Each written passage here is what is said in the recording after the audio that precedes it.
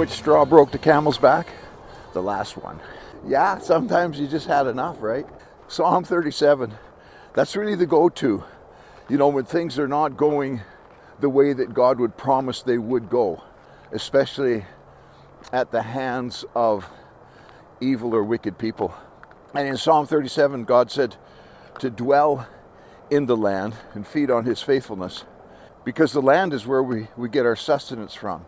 That word dwell means to encamp in the land. And it comes up often that in the flesh realm, in the natural realm, we get reminded by governments, powers that be in the natural realm, that you don't belong here. Doesn't matter what you do in any country of the world. Even in Canada, you know, Christians, you don't belong here. It's a huge government sense these days. So to dwell in the land means to impose ourselves on the land because we belong to a higher kingdom, a greater authority. And it says, feed on his faithfulness. Actually in the Septuagint, it says that the land will shepherd you in the sense that it will look after you. And it's more than just feed you. That's actually a different word in the Greek. But the idea is actually used, the word is actually used as pastor or shepherd. And that when we dwell, when we impose ourselves on the land, that land will respond by looking after our every need.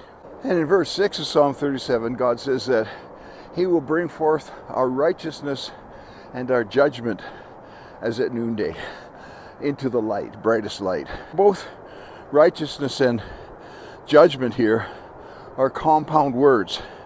And this is not talking about righteousness imputed unto our lives by God in salvation. This is talking about the righteousness that I do and the justice that I do. So it's these two things, is that we will do deeds or works that are righteous, and that we will make choices and decisions and declarations that are truth and judgment. Me doing righteousness and me calling out wickedness and speaking truth gives God what he needs to work with to change the situation. And so when you think of Adam and Eve being expelled from the Garden of Eden back in the day, there was a curse that followed them. And the curse was on the land because the land is what sustains us. And so that's why he said, encamp or impose yourself on the land, bring change on the land. And so it doesn't matter what kind of wickedness is happening on the land. So you got corrupt immigration officials or whatever, and they're bringing a curse on their own land. But we have a higher court, the Supreme Court, right?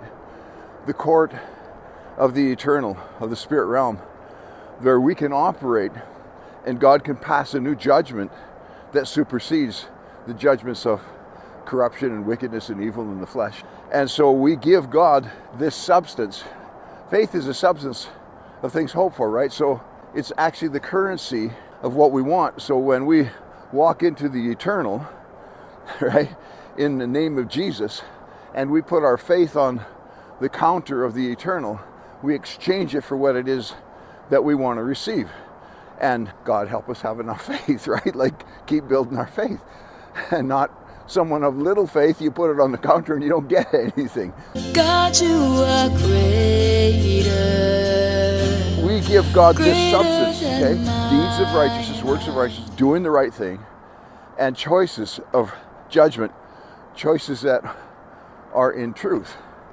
And with that substance, Jesus presents it, I don't know, whatever analogy you want to use, in the courts of the eternal until God passes a judgment that says, no, these guys are right.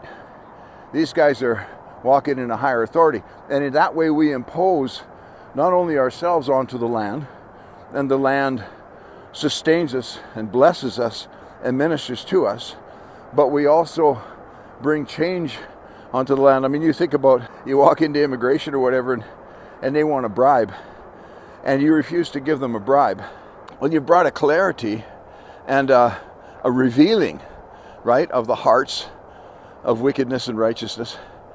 And if we were to, like, give a bribe, say move to Thailand, move to whatever country, and you get into the natural realm of things, the flesh realm of things, and you give a bribe just to make things go easier.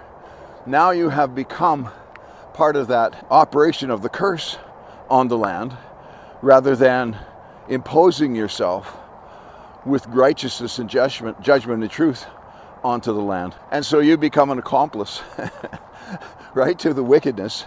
The counter of that, the opposite of that, is that we refuse to enter into the corruption. We refuse to enter into the lie, to live in the lie. And we impose a higher level. And so this is where God says that, don't worry about the ungodly. They're going to dry up and disappear like grass, here today and gone tomorrow. He said, so don't be jealous of them. Don't be envious of them. Don't be puzzled by it. Don't be frustrated by it.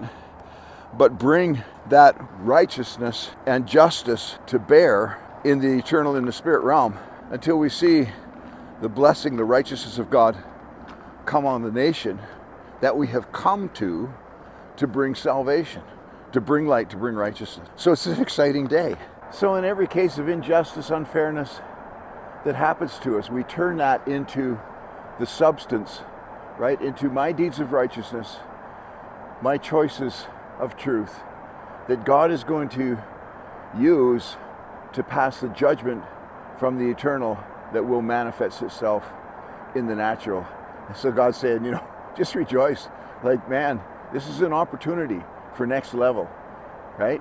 This is not going to bring you down, it's going to bring you up.